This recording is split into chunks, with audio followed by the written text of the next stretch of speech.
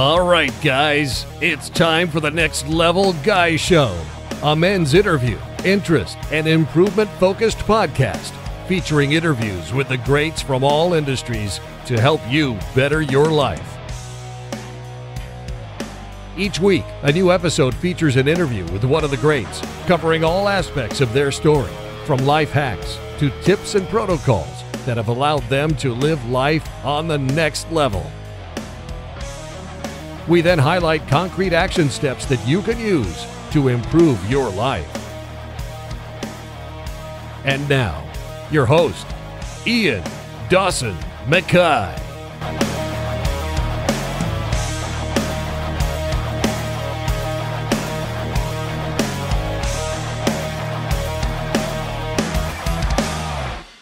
And today's guest is Dr. Kelly Starrett. Dr. Kelly Starrett is a coach, physical therapist, two-time New York Times and Wall Street Journal best-selling author, speaker and co-founder of the Ready State, the world's most comprehensive collection of guided movement, mechanics and mobility instructional videos which have gone on to revolutionize the field of performance therapy and self-care. His clients include professional athletes in all major sports, including the National Football League, National Basketball Association, National Hockey League and Major League Baseball, Olympic gold medalists, Tour de France cyclists, world and national record-holding Olympic lifting and power athletes, CrossFit game medalists, ballet dancers, military personnel, and competitive age division athletes. Kelly is the author of the New York Times and Wall Street Journal bestsellers Becoming a Supple Leopard and Ready to Run. He's also the co-author, with his wife Juliet, of the Wall Street Journal bestseller Deskbound. His latest book, Waterman 2.0, offers water sport athletes a comprehensive guide to optimize movement and pain-free performance. Kelly and his work have been featured on 60 Minutes, The View, The Joe Rogan Experience, CBS Sports, Outside Magazine, Men's Health, Men's Journal, and dozens of other podcasts, magazines and books, including Tim Ferriss's The 4-Hour Body and Tools of Titan. On top of co-founding the Ready State, Kelly and Juliet also started San Francisco CrossFit and Stand Up Kids Together, which is a non-profit dedicating to combating kids' sedentary lifestyles by bringing standing and moving desks to low-income public schools. To date, Stand Up Kids has converted 95,000 kids from sitting to standing. The Ready State Virtual Mobility Coach provides user-guided mobilization videos customized for your body and lifestyle, including a personal pain prescription to fix your aches and stiffness, guided pre- and post-exercise mobilizations tailored for your training and sports schedule, and mobilizations for your off days to maintain your range of motion and reduce your risk of injury. K-Star likes to spend time with his wife Juliet and two daughters, Georgia and Caroline. He also loves to mountain bike, paddle and sauna. And while Kelly claims to only tolerate the ice bath, according to Juliet, he actually likes that too. And now, let's get to the interview.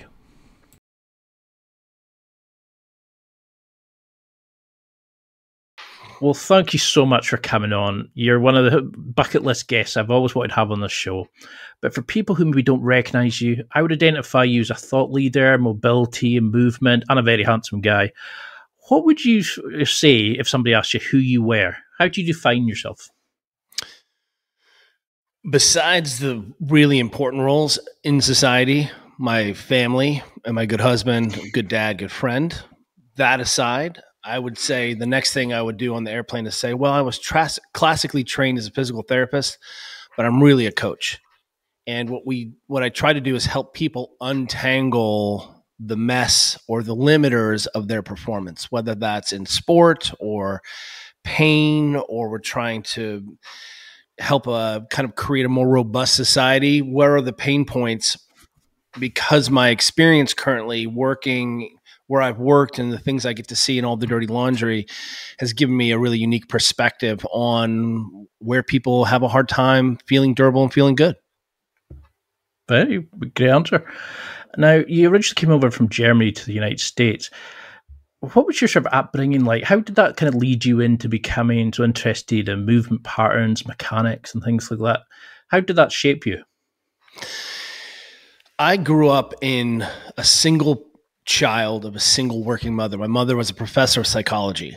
And so I sat in the back of a lot of her lectures, learning a little bit too much awareness too soon about processes, memory, learning behavior. I learned early on about myself that I was really interested in pattern recognition. So I didn't use that word per se, but what I really needed to understand was I needed to understand how things connected. I needed to understand the relationships between things if I was going to understand the thing. And so that was a way of really understanding learning. So, I was interested, if I learned a new skill, how did that skill connect to a whole bunch of other skills? How did that skill, how was it recursive? How did it iterate on the things I already knew? And growing up in Europe, I was exposed to lots of sports. And what I'll say, I think, about my growing up, kayaking and skiing and playing footy, is that we really valued the best athlete in our group as the kid who could do the most skills, the kid who could pick up the new skill the fastest. And for me, I think that was really, important because I didn't come up in a sort of very traditional strength and conditioning society. I used to kid around with my mom. I was like, Mom, if I had a little classical ballet or some Olympic lifting, I could have made something of myself, and she's like, well, we were poor and I did the best I could. I was like, hang on, Mom, just kidding. But I didn't have a lot of formal movement training. What I was exposed to a lot of good coaching at a high level. I remember being a young kid in a ski racing camp taught by Andre Arnold, who had won the World Cup. And that kind of way he was thinking and the technicality and explaining the whole to the parts in those relationships really spoke to me. And I remember thinking, like, this is how I like to learn. So I have this very technical experience and really worshiping the generalist and myself identifying as generalist. I don't know if I was very talented at any one of those sports, but good success. But really the thing is that I was really interested in all of the sports and playing and being competent across this domain. So what I think is interesting is that because I didn't have this kind of classical strength and conditioning model, I remember coming to the United States when I was a freshman in high school and deciding I was going to play American football. Had never played American football, didn't know anything about it really, but my mom was like, you'll meet some kids. I think you'll like it. Your dad was a college quarterback. And I had to go in and do some testing for some lifts for the freshman team. And because I came in a little late, I didn't do all the testing. But I was able to front squat more than I was able to back squat. And of course, I'm sure it was like 20 kilos, whatever. I was a 14-year-old. But the idea here is that my capacities of play showed up in my ability to learn a new skill and to perform that skill. And it wasn't based on a little bit of what we've obsessed about now in strength and conditioning, which is power, wattage, gym culture, how much time we're in the gym. And we've forgotten necessarily because of that, why we're training in the first place, to make better athletes. So that an athlete or a person can do their job or be more useful to the team or however we define that. So I think it was really important for me that I didn't get caught up in the minutiae of the material of training. I was caught up in the actual training itself. And now we see that people have literally lost that narrative a little bit in terms of what is essential and why are we training and what's the training for? How do we express that besides having abs in the gym for Instagram? It's very confusing for people.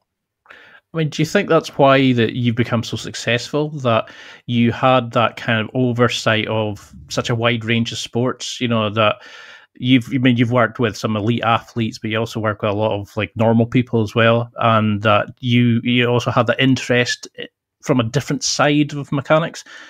How do we get to the point of understanding our movements enough to get to that point? Because, with our current treatment modalities, it's buggered. Okay, I'll go get surgery and I'll fix it.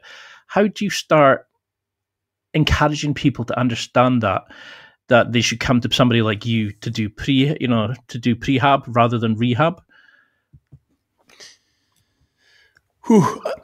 First of all, I'll say that the older I get, I'm turning 50 this year.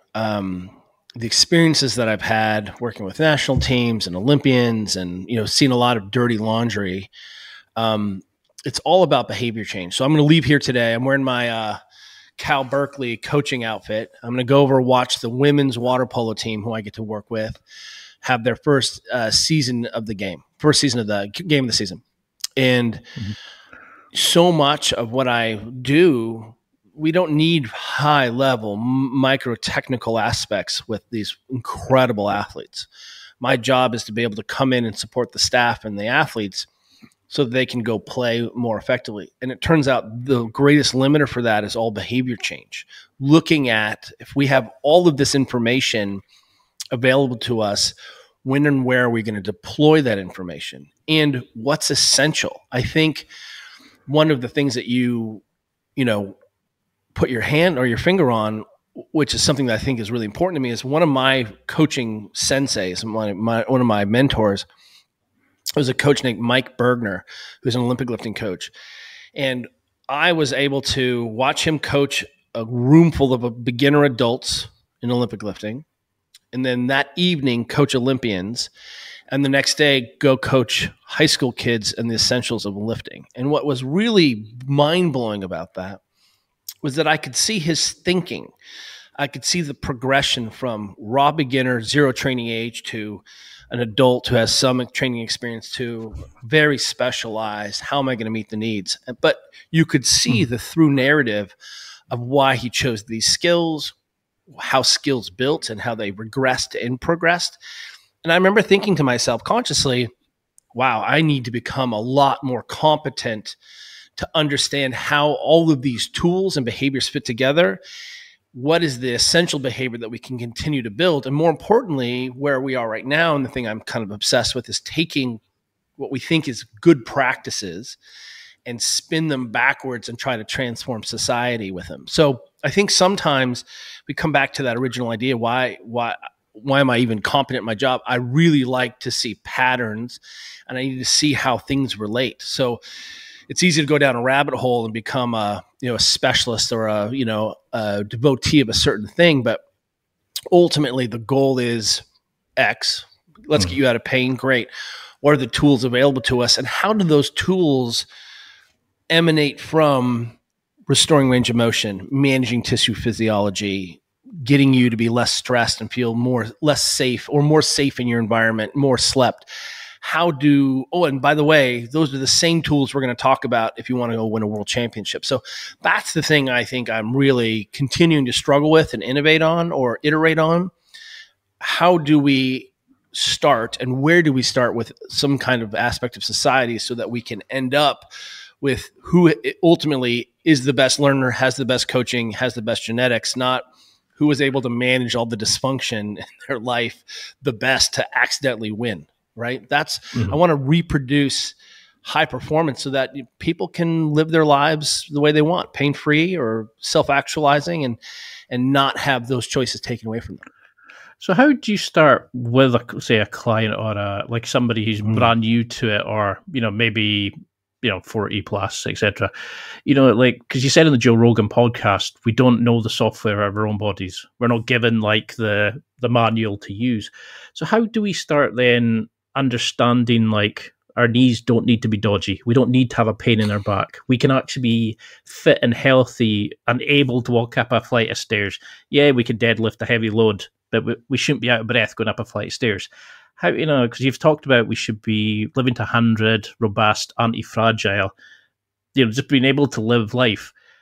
How do you start getting somebody into that understanding that they can be healthy and fit? They don't disintegrate as they get older. Yeah, it's easier for me now as a coach when someone comes to me. I have less issues of buy-in, right? People are like, I'm coming to you. I know what your experience is.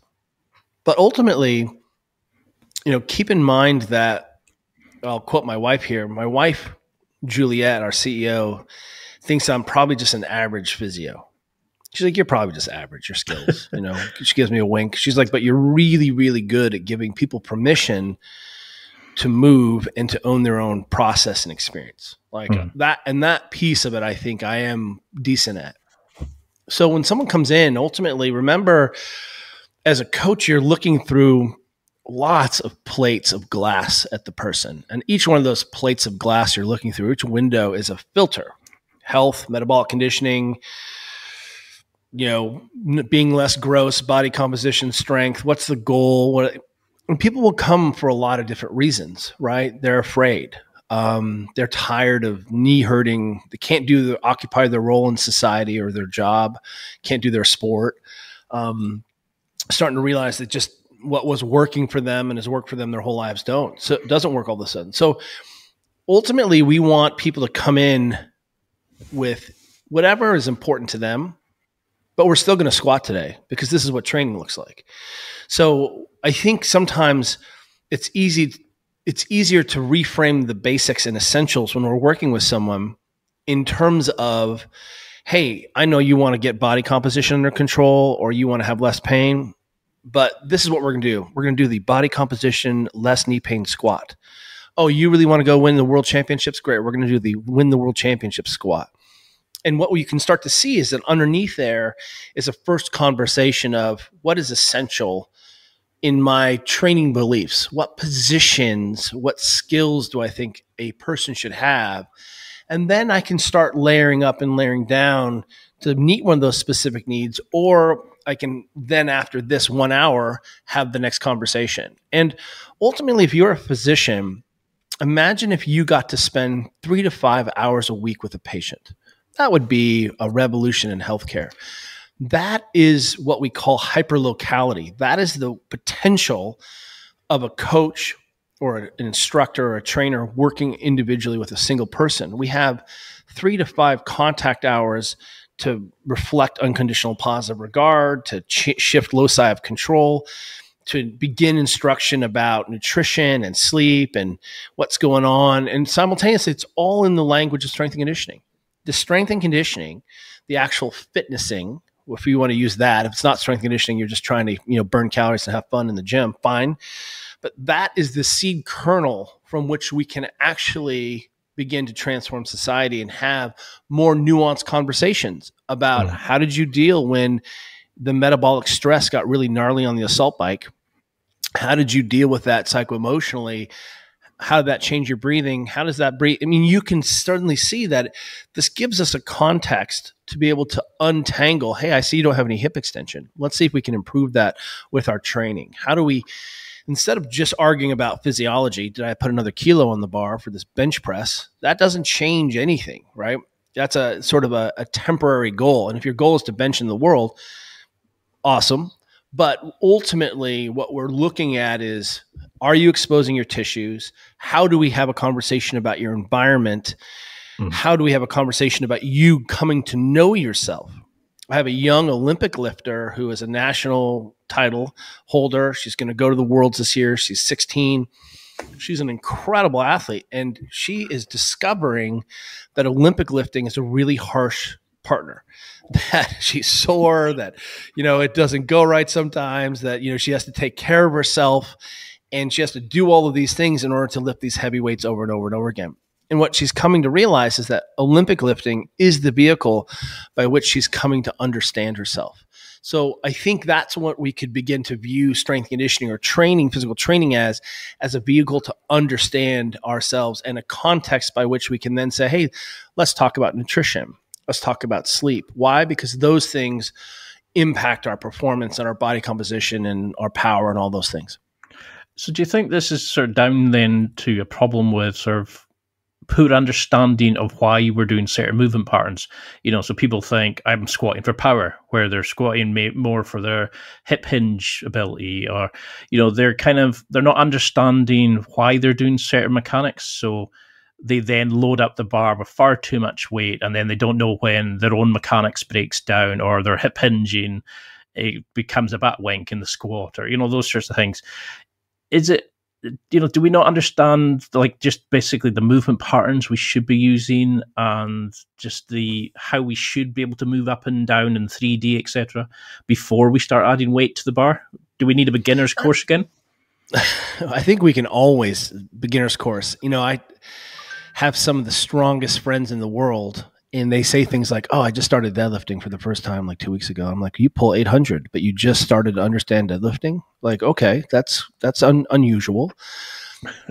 The idea here is, ultimately we have done a poor job in society of creating, let's call them movement vital signs or physical vital signs.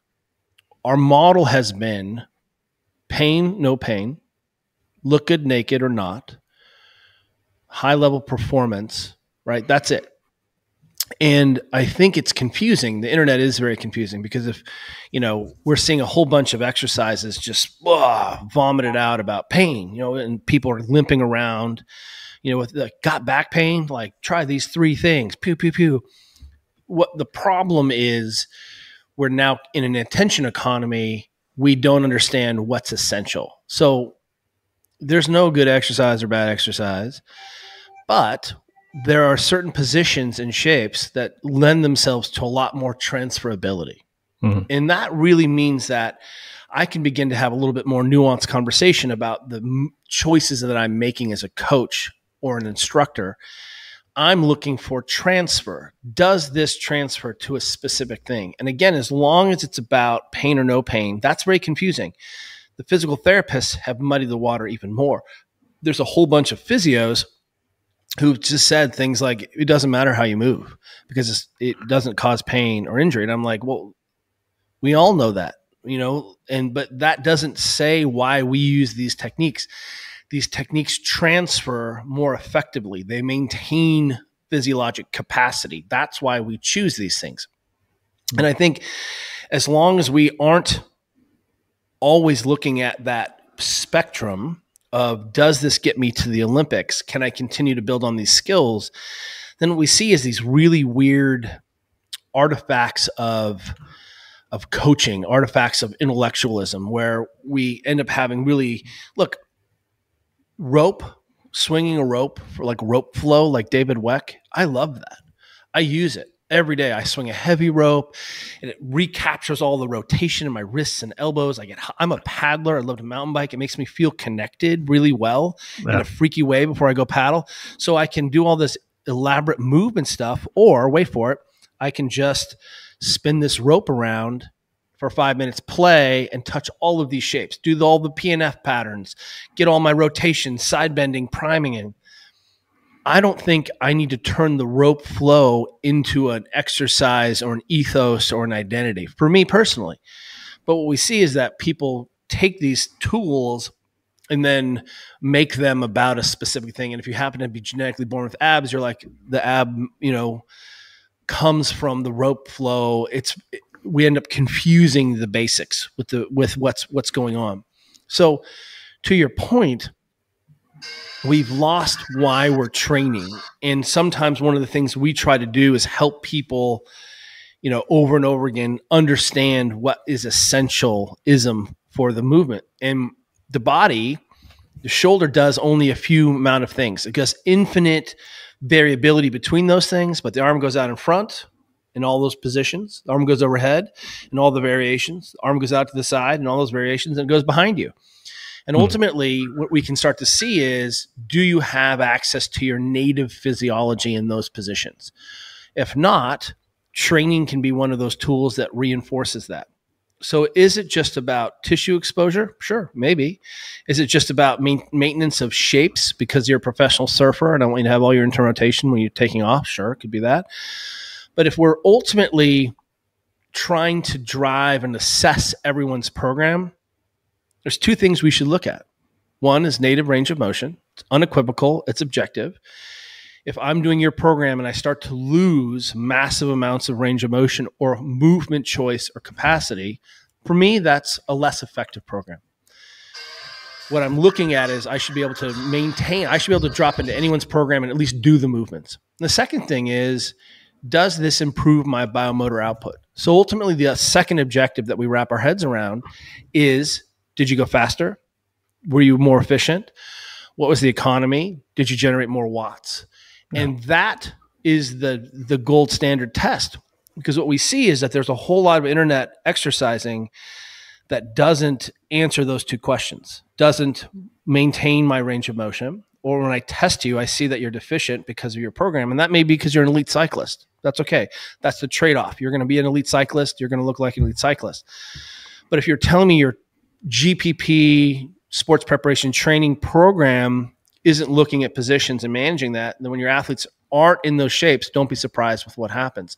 And simultaneously, can I continue to load, scale, speed that? And what you'll see is that the answer is no. And so when we come into understanding the foundations of across platforms, we come back to back squat, front squat, kettlebell swing, strict press, bench, deadlift, right? Pull up. They look like the universal strength and conditioning languages that are across every country on the planet. I've been to a lot of countries. I've been to 35 different countries. It's not a lot. I'm getting there. But everyone knows what a push-up is. Everyone knows what a deadlift is. Yeah. And when I'm in countries where we don't speak the same language, we always speak front squat. So was this where, I have it written down, where is it? It was in Tim Ferriss's book, you mentioned how athletes should be able to power clean, backflip, run marathons, do CrossFit, etc. Is that where this comes from? It's like, are there physical benchmarks you think all athletes should do? You know, do we take it basics to hip hinge, rotate to certain degrees, just sit down and get off the floor without having to put your hands down? Or do we, how far into this do we need to go before we have like a range of characteristics that all people should be able to do before they get into sports? It's a real question around how can we, so let's look at what we've traditionally done. If we look at the United States and youth sports, kids can do none of those things, but they can play soccer, right? They can play. So the question then is, what's important? And the most important thing is that people play. They learn skills best when they play. We learn how to interact and win and lose when we play and win and lose. We learn how to work in a team. We get to the self-discovery through play. And play in the United States has become synonymous with sport, right? That we can say those two things. We have never put movement competency in front. But what we see is that kids who happen to be competent movers, maybe had some gymnastics instruction, something like that, they tend to be able to pick up new skills more quickly, create more movement solutions for themselves, potentially, and they may be more durable, being able to handle more in volume, et cetera, et cetera.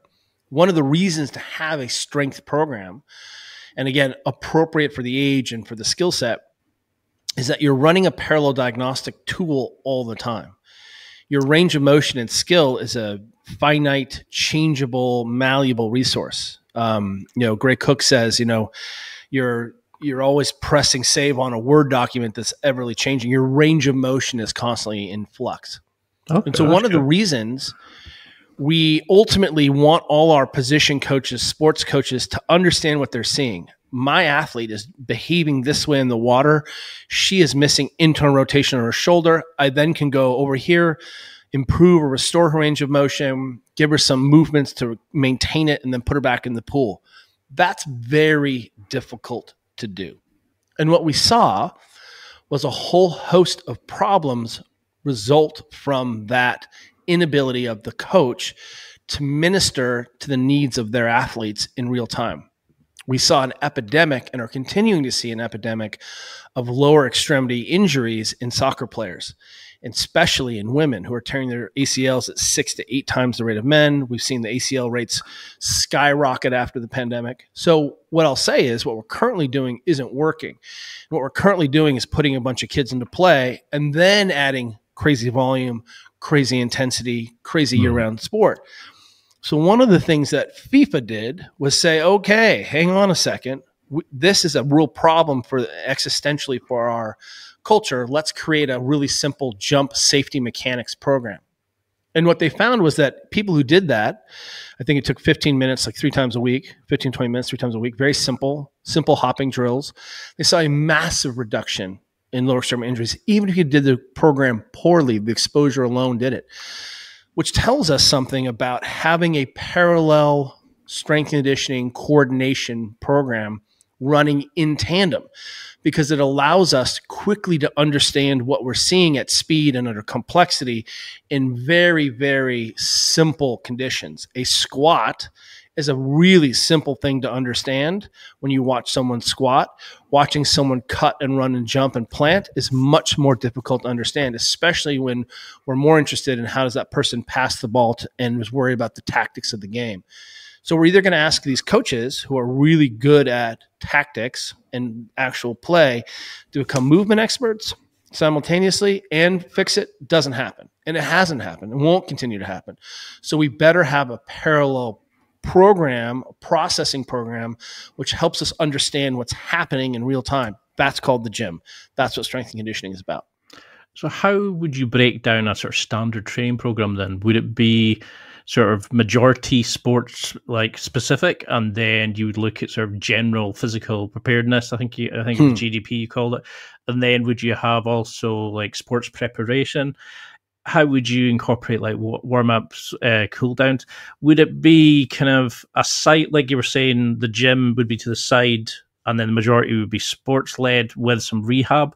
How would you sort of set up a program for somebody that's maybe not got a coach? Or, what percentages or breakdown are you looking at? The most important thing you can do is play your sport. Right? That's the thing. You don't play your sport enough. You can't play your sport enough. You need more time playing your sport, period. Comma. We know that is not the way to win a world championship. Ultimately, you're going to have to become stronger, and you're not be able to do that in your sport. You're going to become faster or more skilled. We can support those facilities, the coordination in the gym. The writer and coach Franz Bosch, if anyone is not familiar with Franz Bosch, I highly recommend you check out Bosch Sporting Systems. His books, Anatomy of Agility, are excellent around movement, understanding, agility running, I think is his last one, and Anatomy of Agility. And one of the things you'll see is he makes really the case that a lot of what we're doing when we're training is improving coordination. We don't talk about that. We talk about physiology. Did you get stronger? Are you more powerful? How was your velocity? How was your volume? We don't talk about the coordination of the system, of teaching those skills. Again, so suddenly if we're building in these programs, we're looking at how can I get an athlete to be more coachable by her coach? That really is the ultimate goal, so that athlete can perform more work. And in this case of this university where I'm coaching, assistant coaching, I don't think this team is outworking the other teams. I think that's some old, trope from the 1980s where we were like, we'll just outwork the competition. Really? You think you're going to outwork the competition? Let's go into any premier soccer, rugby, American football, whatever you think. No one is working harder than anyone else. That ship has sailed. What we see now is the people who are able to manage that training volume and have the best adaptation response and have the greatest set of skills, which allows them to learn and apply those movement options and choices to novel solutions. That's how you win games. So what you're really describing with GPP, sports preparation, sports specific training, is a continuum that is really useful for people to understand. On one side, we'll call it fitness. Let's put Zumba over there, fitnessing. Zumba is awesome. If you haven't done a Zumba class, you're an elite coach, you need to go take a Zumba class. You'll giggle, you'll laugh, everyone feels good. It's mirror neurons, you dance around, you learn rhythm. It's awesome. It is not fitness. That was never its intention. The intention was to dance and transform psycho-emotional communities, right? To feel like I belong to a group. We're selling that as transformation towards body composition. Is dancing really the best way to get body composition changes? No, let me introduce you to vegetables and meat. But suddenly we have this idea of fitnessing. So boot camp. So people are like, hey, I need to change my body composition. So I'll just do a bunch of work. That's boot camp. And if you're not doing anything and you do something, you're going to see some changes. But we know that stops for a while. Then we have programs like CrossFit initially, which was a good GPP program, asking people to develop basic competencies, learn how to lift weights and control their body in space, GPP. Then we move into something that looks like sports preparation training, which means that the skills I'm teaching better transfer to learning new skills or not interfere or create pattern interference with the sport that the person is actually doing. So sports preparation training maybe is off season or is geared towards transferability. So I'm looking more carefully at range of motion and skills and teaching much more to the highest sort of expression of the movement, which I would do with GPP, which I would do with my physio. Again, I'm always teaching towards what I think is the best expression of the movement to our limits of our understanding. And then we have sports preparation training or sports specific training. And sports specific training is geared at one thing. We're in season, and are you playing your sport better? And the only goal right now is not to see how much weight and wattage you can put in the barbell. It's how fast you can push the bobsled. It's how fast you can get to the ball. Does it allow you to handle more volume and play better? Yes or no, 1 or 0. And then when we come out of season, we can change gears and we can start to rebuild capacities and things. But the tip of that spear is only aimed at, did this make you better at your sport? And I think that continuum very much confuses people. Where does pain fall in there? Who owns that? Is it fitnessing, or am I trying to make a world champion bobsledder, an Olympic medalist, better for another 4 years? Those are different conversations. And I need to know what your goals are.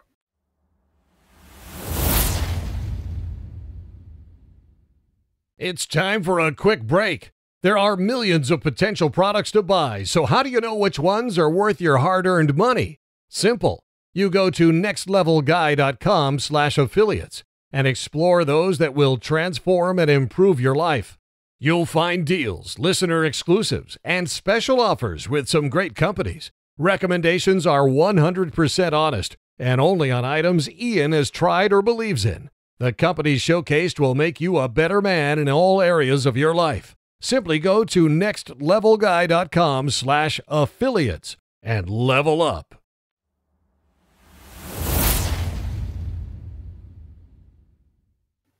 And how much of a sort of emphasis on problem analysis do you give to the client?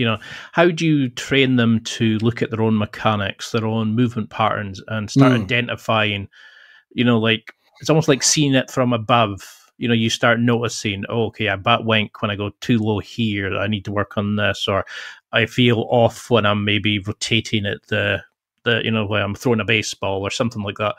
How do you start getting people to understand their own movement, or is that something a coach really needs to do because you're seeing the whole athlete? I think we have confused hard work and gnarly physiology for success, right? As long as I'm burning, I'm getting better, or I'm brutally sore from that workout. What we try to do is have people feel what's going on. Early on, they need lots of knowledge of results, and then we start to pull those knowledge of results back. This is basic motor learning, movement learning theory. We do lots of block practice, then we move into random practice as a really cursory overview of this. We, for example, when we teach squatting, hinging, pulling, jumping, stepping, we come back to a basic foot pattern pressure position. So that ultimately, when we're moving or having someone learn a new skill, they have a feeling of what they should be feeling. And it's not always external feedback. If I do a movement and I turn and you tell me what to fix and I can't feel or I'm not aware, then I have a dependency where I'm going to look to you and say, was that good? Was that a good bench? I can't tell. I blacked out. Yeah. Right. So ultimately, we need to teach people to what the points of performance are. That might be a language you're comfortable with. Or ultimately, what is that supposed to feel like? And when you stop being able to perform those things that we agreed on, we've exceeded your capacity to maintain that position. So let me blow everyone's mind here. Ultimately, what we're doing when we go into the gym is we're identifying key positions that we value. That's it. And then we're going to train and challenge the person's ability to maintain that position. We may do it with load. We may do it with speed. We may do it with metabolic demand. We may do it with cardiorespiratory demand. We may do it with competition. But ultimately, front squat a heavy 5x5 and let me know how you feel in the middle. Like it's death. You can't breathe. Your legs are burned. Do a 20 rep squat. Do a 20 swings in a row. Ultimately, I would like to say your skills should be getting better through the sets. You're practicing. You shouldn't just see a natural decay in technique because it gets so heavy. Ultimately, the load that I'm using may just be one way that I'm challenging your ability to maintain that position. I think CrossFit got something right, for example, when they made people do basic movements under enormous metabolic and physiologic cardiorespiratory demand. That's what happens in actual sports. You need to be able to decelerate when your heart rate is high. I'm not just talking about high intensity exercise burning. I'm saying if I put you on the bike and make you push 600 or 700 watts on the assault bike, or just 400 watts at a big gear on like a watt bike, like the All Blacks do, I should then be able to have you come over and strict press without going into crazy banana back. And it turns out your technique may be highly limited because you don't have a very robust movement system that allows you to have a high heart rate, high cardiorespiratory rate, respiration rate, and perform basic movements. So one of the things we see suddenly is that people fall apart when their heart rates are high, right? And that for us is a sign that yes, you may be able to handle this large load, this 200 kilo deadlift, but if I give you a 100 kilo deadlift and your heart rate is 190 and you don't know how to organize or sequence or have good technique or even feel what's going on, I have incomplete training stimulus if my goal is to do what? Have you be better prepared to snowboard at the bottom of a run, or be able to, make a decision when you're running a girl down and have it to tackle. So ultimately, what we're doing with position is challenging that native position, that root position that we've decided on. I mean, there aren't that many things. Again, your arm goes over your head, it goes behind you, it goes out to the side, it goes up in front, bench press, snatch, overhead press, dip. Those are the fundamentals. And then how I want to challenge those fundamentals is up to the coach and up to the goals of the athlete. And because that was something I was really interested in about, was like how I would start in jiu-jitsu and I'd be tearing through people. 20, 30 minutes in, I was breathing out my arse, I was sweating, I was all over the place. And I was like, how do you get that level of stimuli in so you can actually work when, like how to pre-exhaust yourself so that you don't fall back to like poor motor mechanics. You don't start doing really stupid things. To our things. learning, to our practice positions. That's right. If the class is an hour long, believe it or not, you may not be able to take an hour of jiu-jitsu. You know what I mean? Your technique starts to fall apart. Just like if I said, hey, I'm going to throw you in with my high school girls, you might not be able to handle the volume that they can handle, given that they've been training with me for a year, right? They are spun up and know what to do and can maintain their positions. So some of this is exposure. And Greg Glassman, the founder of CrossFit, a long time ago said, you fail at the margins of your experience. So again, the old model, and if we put 15 years ago, I opened our first gym in 2005. So that was when we opened our gym in the city, San Francisco. And in 2005, I don't know if anyone can remember back there, but there was no Twitter, there's no Instagram, there's no Gmail. It didn't exist. All that stuff didn't exist. What we found also is that people weren't very strong, and they weren't very skilled, and they weren't very fit. They weren't. They were riding their bike and then maybe doing some cable crossovers. Some people in the Russian Iron Pit gyms were deadlifting and benching and doing those things, right? If you fell into a track and field program, or you happen to be in a rugby program or some place where we start to see real significant training ages and classical strength and conditioning applied to those athletes, you were very lucky. But what we saw was that people weren't very fit. And so we got them fitter, whatever that meant, more metabolic, that could handle higher lactates in rowing and running and jumping and doing these basic things. We got them basically a little bit stronger. You've never deadlifted, now you deadlift 300. That's going to change your life, right? You've never front squatted, now you can front squat 60 kilos for a set of 5. That's going to change your life. What we see, though, is that model doesn't work anymore. We can't just say, get all the beginner gains and say a bigger engine solves the problems, right? People love to say strength is never weakness. I'm like, okay, you can't touch your shoes and you can't sprint anymore. That's a weakness. You have completely become a specialist. Dude, it's super cool to squat and bench like that. I think that's super cool. But let's not also say this is enough, or let's say that this is the way. We can say, what tools got you to that 600 fastest? How can I steal those tools? But someone like Popple a long time ago, even Polican was saying, hey, I think you're strong enough. Double body weight back squat, probably strong enough to do whatever you want to do in any sport, anytime. So maybe we don't need to spend our time working on improving your squat because it didn't make your sport better.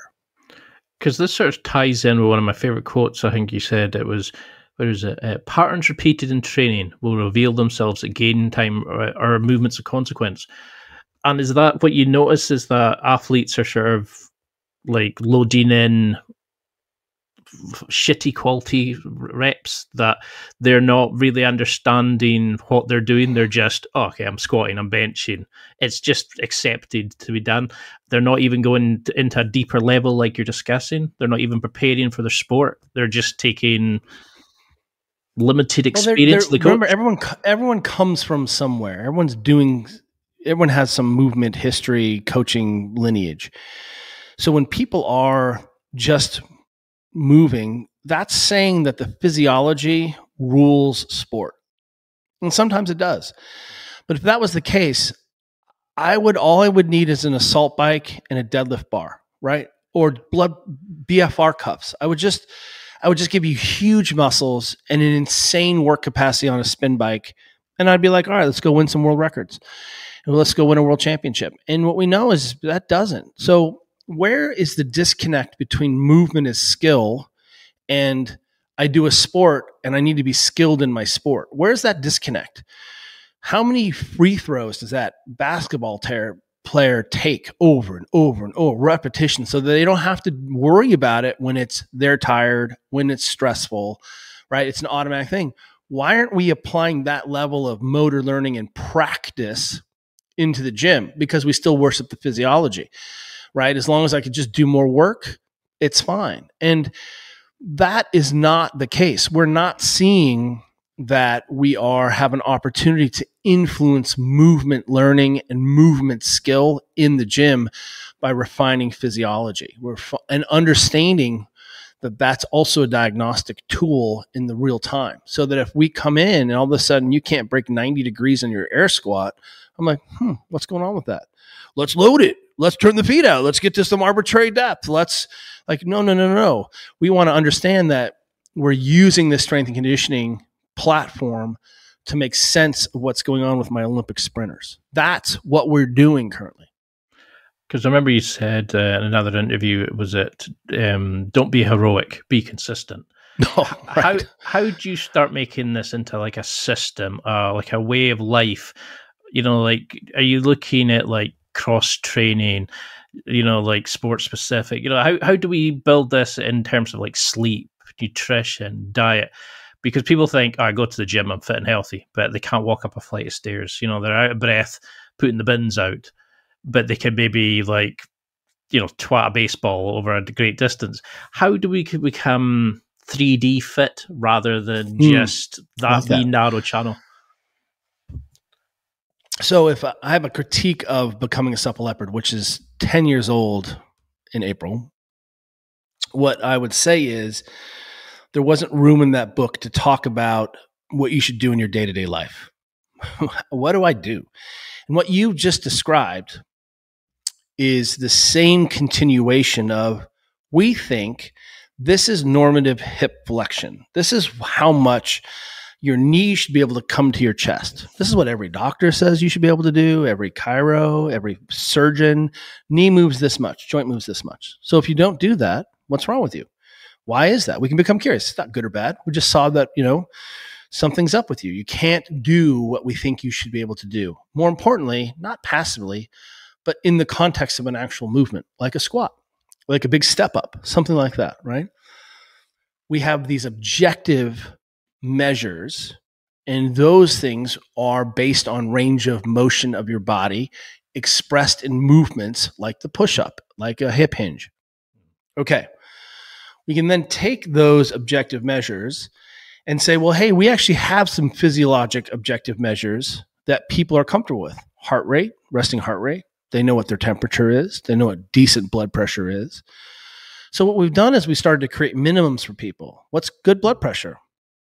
Well, it's not 120/80. 120/80 is just average blood pressure, right? Athlete blood pressure is much lower than that. But 120 over 80 gives me a warning mark to say, hey, I should probably pay attention to this, right? It's not emergent. I'm not going to die with 120 over 80, but I can be moving if I start to go above and below that. Well, let's apply some objective measures to our lifestyle. Okay. Now we can begin to say, this is what we think are really good practices applied consistently over long periods of time, make the best performance of our athletes. And turns out we can also see that your blood panel is better and your readiness is better and your resting heart rate and you don't look like, a melted candle. Sleep, for example, we believe that 7 hours of sleep is minimum for survivability. And if you have a child or you have to take a plane or work a job with a deadline, you're going to get periods of time where you don't get that 7 hours of sleep. That's okay. You're a human being. You're really robust. But we can start to say, you're in pain. You want to change your body composition. You want to get stronger. You want to learn. You want to grow your body. 8 hours of sleep is our benchmark. And that means now suddenly there's a whole host of behaviors around that. If I'm going to get 8 hours of actual sleep, I may need to be in bed for 8.5 to 9 hours because that's typical to lose a half hour to an hour every night from just waking up, from rolling over, from the cat, bat in your face, having to use the loo, whatever it is. But now at least we've got an objective measure around something where we're like, yeah, I sleep great. Really? Because you smoked a bunch of weed last night and look at your Oura ring. You didn't sleep great. You drank caffeine late in the day trying to get through. Oh, you had a beer with your friend, trash your sleep. You watched a movie, you were super stressed, whatever it is, you ate a big meal too late. What we're trying to do again is have people be able to make decisions about their life and what their goals are so that you can say, well, I'm going to binge this Netflix documentary all night long and I'm going to eat pizza because it's Friday and I love it. My job and my sport isn't on the line the next day. That's completely reasonable. I love that, we have an objective measure here. So we can start to say, we don't have to be like, I don't know why I got injured. Well, I can tell you because you've been sleep deprived. And we know that sleep deprivation, even changes in a single hour of sleep, we see results in what? Increased injury. We see kids who are under more stress have higher injury rates around finals in university and in high school. That is unequivocal. So there are things then we can go backwards and say, well, we can begin to improve or manage that. And we can do that with hydration. We can do it with nutrition. We can do it with steps. We can do it with, you can start to roll this backwards and start to create a set of movement vital signs, physical vital signs that help people understand themselves. And again, I'm using sport as a model for understanding self. So how would breathing play into this? Because it's a sort of fundamental part of life. Everybody breathes, but you said that that's not true. People pant, people respirate. Yeah. I don't think they breathe. So use breathing as a verb, right? Because when that's what I was going to say was that you said that we don't own a position unless we can breathe fundamentally in it. People are sitting there saying, I breathe fine. But, like in jiu-jitsu, second somebody's on mount position, they hold their breath, or, they can't hold their breath 3D while they're doing to brace properly, like with a heavy squat or something like that. We all think we breathe properly, but everybody's like that kind of creepy stalker breathing and things like that. How should we breathe, and how have you noticed, how would you adapt people just to learn how to start breathing properly? There's so many good resources around this right now. Patrick McCone of Oxygen Advantage, I'd point you there. I would say go look at the Butraco breathing method, look at XPT, look at the book Breathe, JP Nestor, look at Melissa Vranich's book. There are so many, Brian McKenzie, Shift, so many good resources here. If you want to deep dive, enjoy yourself. Go to yoga class, understand what that's about. Fundamentally, keep in mind that people will say things like, it doesn't matter how you breathe. Well, I'm like, okay, under what conditions? Under low load, low speed, low stress, you're that efficient and effective. We know from anecdotal evidence, we'll call it anecdotal evidence, which is a small subjective experiment. Someone lost his lung and he still climbed to Everest. That's how amazing human beings are. Yeah. You can climb Everest with one lung. If a horse gets pneumonia, oftentimes that horse dies because the efficiency in that system is so fine. The tolerances are fine. Lose a lung, welcome to Everest. That's remarkable. But as soon as we start talking about overbreathing or the diseases of breathing, clenching your jaw, headaches, right? Overbreathing, gum disease, all of those mouth breathing, suddenly you're starting to say, okay, well, those are downstream effects from what? Well, maybe something is less efficient or less effective. We've come to realize from the work of people like Brian McKenzie and Leon Chaitau, et cetera, that oxygen really isn't the big master chemical we thought it was. It turns out CO2 is the master. And for everyone who knows this, forgive me, but for those of you who don't, the CO2 is the big driver of needing to breathe. And one of the things we know is that your body's ability to tolerate CO2, higher CO2 levels, circulating CO2 levels, means that you can actually take more oxygen off the hemoglobin. So if I haven't trained you to be really tolerant to that toxicity, gnarly, burny, I feel ugly, I'm getting wheezy feeling, and I haven't trained your brainstem to say that's okay, then you'll immediately stop your force production. You'll slow down. You'll pant and breathe and catch up. You have enough oxygen. Your oxygen saturation is still in the 90s, high 90s likely. Mm-hmm. But what we start to see is you start to become better and more tolerant at handling those higher CO2s. And then you can infinitely strip down oxygen into the 70s easily and still be winning the Tour de France. That's an incredible reservoir of performance. One of the easiest ways to think about breathing is that we use breathing for a lot of the metrics that we use. But one of the things we say is, well, let's get you into a position where you can take a bigger breath. So if you and I are looking at each other right now and I just say, hey, can you get into a different position where it allows you to take a bigger breath? You'll intuitively sit up, pull your rib cage down, head will come taller, pelvis will be more midline. I didn't tell you to do any of those things, but you can feel that you have more access to your physiology in that shape. So for us, I'm like, oh, look at that. We got your body into a position where you could take more air in, had more pliability in your rib cage, right? More compliance of the rib cage. You had better diaphragm excursion. Suddenly your trunk, you could create higher intra-abdominal pressures. You could ventilate more effectively. Holy moly, maybe that works on the bike too. Maybe that works when I set up in my deadlift. And what we see is that I can give someone a feeling of saying, hey, is this a good position or bad position? I'm like, well, I don't think there's a good position or bad position. Try to ride in an aero position.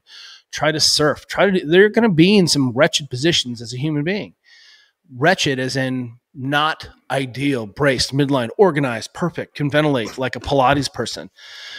What we see is we can start to make decisions about the efficacy of our positioning by how well and functionally we can ventilate. So if we're over at Specialized in the wind tunnel, working with the world's greatest cyclists in the wind tunnel there is a trade-off compromise between your ability to ventilate and develop wattage on the bike and how aero efficient you can be. So I can put you in a super aerodynamic position, but you can't breathe or pedal. So it doesn't really work. At some point, I have to start to trade off. Well, then I can start to say things like, well, are you breathing effectively in that position? What's going on with your tongue and the roof of your mouth? Do you have full hip flexion? Are there things that we can do with your body to improve and give you more choice so you can be more aero and still develop more power? One of the first things that anyone can do all the time is just breathe through your nose. What you'll see is if you have a little resistance, diaphragm has some resistance to pull against. It will function better. And all of a sudden we start to go down this rabbit hole of, oh, why can't I breathe through my nose? Well, I'm panting. Well, when I breathe through my nose, my CO2 tolerance goes up really fast. Or my CO2 goes up really fast. I become intolerant. I get freaked out. I breathe through my mouth. So what we're seeing is this cardiorespiratory system is highly trainable. And when we start looking at breathing efficiency, breathing mechanics, we see radical improvements in VO2 max, in tidal volume, in resting heart rate, and ability to shift sugar burning, right? The glycogen way, way, way down the line. We can be way more running at much lower heart rates, which is more efficient. I mean, choose something. Eventually, you and I are going to talk about breathing efficiency and training. Even Lance Armstrong's coach, A.G. Ferrari, the crazy Italian Uber, coach, realized that he's like, the legs are a limited resource. The lungs are unlimited. So he made a conscious effort to shift everyone's work off the legs and onto the lungs. They started running at higher RPMs and challenging that cardiorespiratory system instead of the muscular system. And what ended up happening with the help of some performance-enhancing drugs also, we saw improved performance and wattages on the bike. I love it. I love how there's just so many like levels you can go into this, and how small changes can bring such big impacts. And I can't believe it's almost been an hour. You know, it feels like 10 minutes. I've got a bit starstruck as well. But if for somebody, one of my questions used to always be, what would we take from this? But for somebody who's listening, who wants to become a Supple Leopard, become 3D fit, healthy, what would you say to them? What would you want them to take from this interview and you going forward to be a better person, healthier person, fitter person? You should have a model to address simple pain. I want to give everyone a clear message here. One is, pain is not the barometer. Pain is not the barrier. Pain is not the marker. Pain is your body's request for change. It's trying to get your attention. And I want you to start treating pain, which is not a medical problem, like wattage, like poundage, like time. I want you to start using pain as an objective measure. I have pain here. It doesn't mean I'm crippled. It doesn't mean I'm injured. It's my body telling me something is up. I need you to pay attention. That's very subjective. Your pain may be very high and it doesn't register for you. Me, my experience with pain, my parents' experience with pain, I'm super sensitive. You touch me, it hurts. Doesn't matter. That's my own experience. But the resting state of the human being is pain-free. And what we end up happening is that we've been telling people it's a medical problem for a long time. And subsequently, we've left people to self-soothe however they want. They either ignore it or they stop doing the activity like walking or running or lifting or moving or jumping. Or they use bourbon or they use THC or they use ibuprofen. And we just say, what tools? Look, it's not my problem. It's a medical problem. But since you're not going to go see a doctor for this, good luck on solving this yourself. We consider pain a medical problem for a couple reasons. And these are easy for everyone to understand. You have a clear mechanism of injury. You stepped off the curb. There's a bone sticking out your leg. You heard a snap. Go see a doctor. That's a great reason to, right? My kid is limping around. Go get it checked out. Don't have to, tough it out. I had a daughter who broke her arm and it was late in the evening and she was skiing and we weren't sure it was a break. The next day, she's whimpering all through the night. We're like, let's go get a picture. It was broken, right? I mean, you know what I mean? It's okay to get your kids checked out. Yeah. Second is that you have something that looks like a fever. You've lost consciousness, dizziness, nausea, vomiting, something that feels like there's pathology going on. I have dengue fever. I have rabies. Go get checked out. The third thing, though, and this is crucial because it's usually the pain people are dealing with.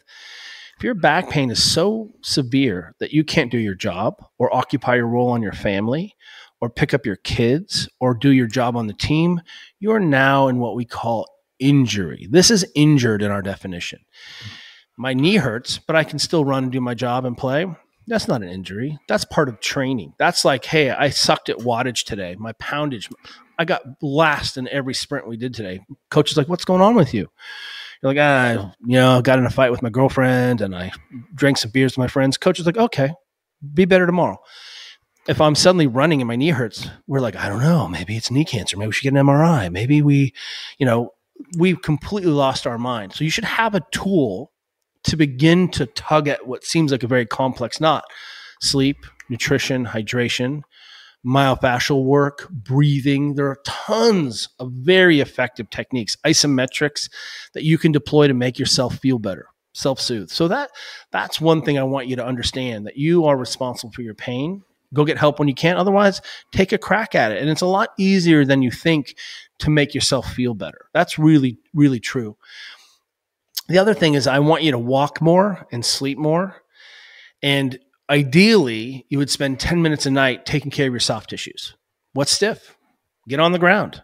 If you just sat on the ground watching TV for the next hour, you'd be blown away at how much more mobile your hips would be, because you'd long sit for a while, you'd side sit, you'd kneel, you'd cross-legged, and you would hit all of these positions, spending a ton of time in shapes that you would then have to get to use later on. So ultimately, again, I want you to have some benchmarks, some physical vital signs for helping you understand your movement and how well you're moving.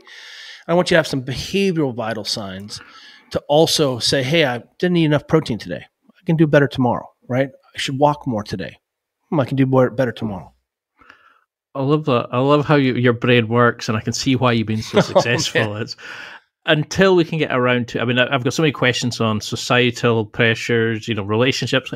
I was so intrigued about you talking about how you had to make friends everywhere you went, and you became great at making friends. So I'm so interested to go into that. I've got ones on about making a mobility toolbox, so much more. But I'd love to have you on again. It's been an absolute joy and a pleasure. But for people who would love to follow you, read your books, follow your podcast and things like that, how can we keep in touch? How can we follow the journey of the incredible journey that you're on now? It is a journey. And I have to say that I have so many incredible men and women who are my coaching colleagues, who I'm just part of their ecosystem. They're like, we're just a big swarm of jellyfish trying to figure this out. So shout out to all my cohort out there. The easiest thing to do is you can start following the Ready State and see how I think about this on social media. If you're interested in wondering what your movement vital signs are, go download our app. We have an incredible app called the Ready State app. And in that app, there's a mobility test, which is really simple, really, really easy to interpret, and there's programming for it. So you can begin to start to establish, wow, what are my blind spots? I didn't even know I couldn't do that. In there also, we do 10, 20, and 30-minute daily mobility follow-alongs. If you have a ball and a roller, I can get you started feeling better. I lead them all. It's all based. You can say, hey, I have a ball and I want to, make my hips feel better. Boom. Follow along. And we have a couple week membership right now. It's always there, but we want to bring you in and give you a taste of it. So having you understand that you should own your positional competency. You may not be great. You don't have to be perfect. You just have to be getting better over the course of time. And if you start spending 10 minutes a day doing that, you'd be shocked at how much better you feel. Right now we have a world champion paddler, a stand-up paddler, who discovered our app. She was about to give up paddling. She's a world champion, two-time world champion. She's an amazing athlete, but her hips were so painful that she couldn't paddle and do her job anymore. Independently of us, she started testing her mobility, doing the hip spin up, doing a little targeted soft tissue work. Boom, guess what? She's back slaying, no hip pain, managed that whole thing. She went from, I think I'm going to retire, probably need a hip replacement too. Oh, I was just stiff and I didn't know what inputs to go in.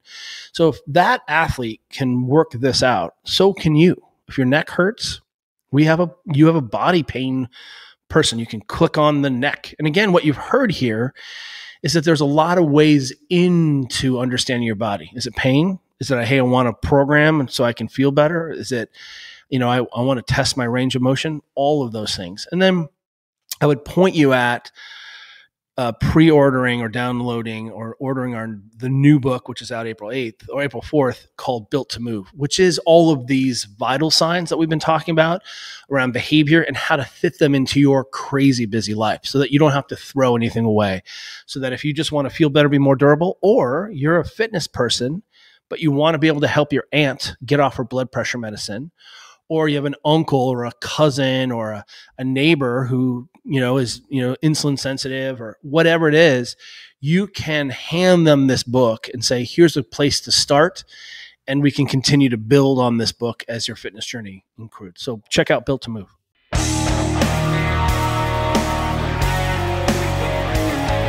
Well, that's it for another week. And thank you for listening. It's now time to take what you've learned and use it to develop and enhance your life with the key points mentioned. Listen, try it, embrace it, use it, and crush it. Now's your time to hit that next level in your life. If you liked this episode, then please leave a comment on the show notes or a review of the show on your podcast platform. Everything helps evolve the show. Until next week, keep seeking the next level in your life.